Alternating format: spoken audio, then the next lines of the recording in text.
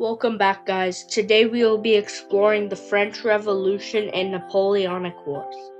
On May 5th, 1789, King Louis XVI assembled the Estates General in Versailles for the first time in 175 years.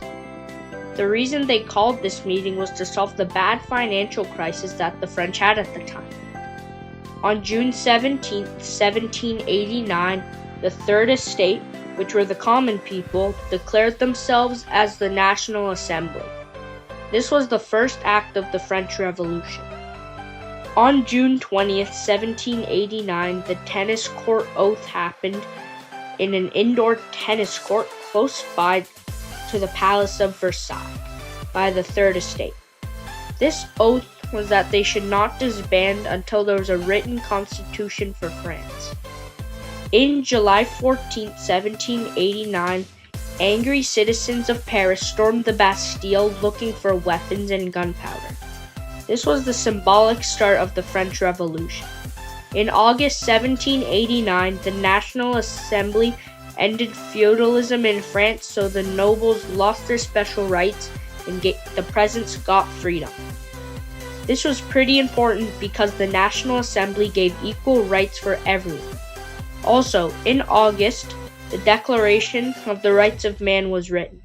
This document was inspired by the American Revolution and was one of the stepping stones for democracy in France.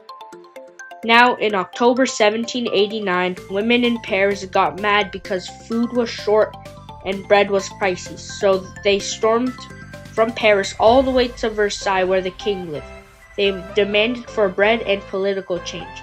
They also forced the king's family to move to Paris so they could watch the king. Now, in 1790, the civil constitution of the clergy happened, which was the revolutionary government had put the Catholic Church under state control, and the priests had to be loyal to France and not the Pope.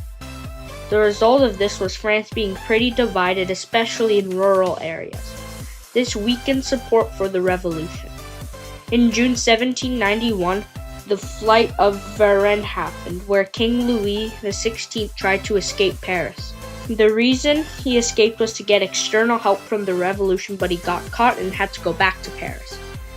This mattered a lot because people just realized that the king didn't support the revolution and the trust in the monarchy collapsed. Now people wanted a republic.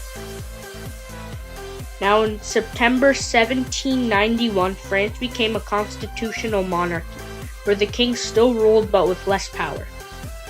Then before, also laws were made by an elected assembly. The thing is, the king secretly opposed it, but it didn't work.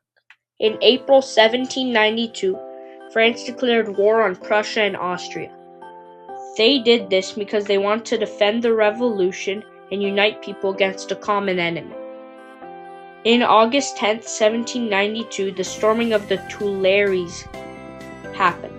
The Parisian people attacked the king's palace. The monarchy got suspended, and Louis XVI got arrested. Now the monarchy pretty much ended. In September 1792, the September Massacre happened, where they feared that prisoners would join the foreign invaders, so they killed hundreds of thousands of prisoners. This showed how radical and violent the revolution has become. Subscribe for part 2.